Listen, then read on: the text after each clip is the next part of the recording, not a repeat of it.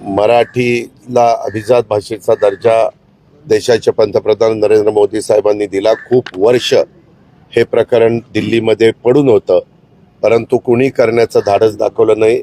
ते NDA सरकारने दाखवलं, मोदी साहेबांनी दाखवलं आणि त्याचे कार्यक्रम पण आम्ही त्या ठिकाणी घेतले.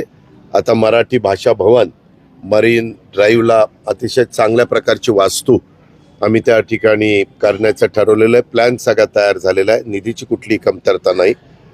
आणि हे करत असताना जसं जगात मॅक्झिमम भाषा चालते ती इंग्रजी चालते, त्याच्यामुळं तुमच्या आमच्या कुणाच्याही घरात नवीन पिढीला महाराष्ट्रात राहायचं असेल तर त्याला मराठी आलंच पाहिजे.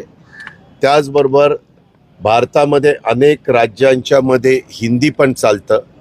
काही जण म्हणतात ती राष्ट्रभाषा आहे, पण त्याच्यावर वाद आहे. मला त्या वादात शिरायचं नाही. हे बाकीच्यांना सध्या कुणाला उद्योग नाहीत ना, काम नाही ना, ते असले वाद काही ना काही घालतात आणि त्याच्यातच ते वेळ घालवतात. आणि इंग्रजी ही जगात बहुतेक देशामध्ये चालते, त्याच्यामुळं ती पण भाषा आली पाहिजे. अशा तिन्ही भाषेला महत्त्व आहे.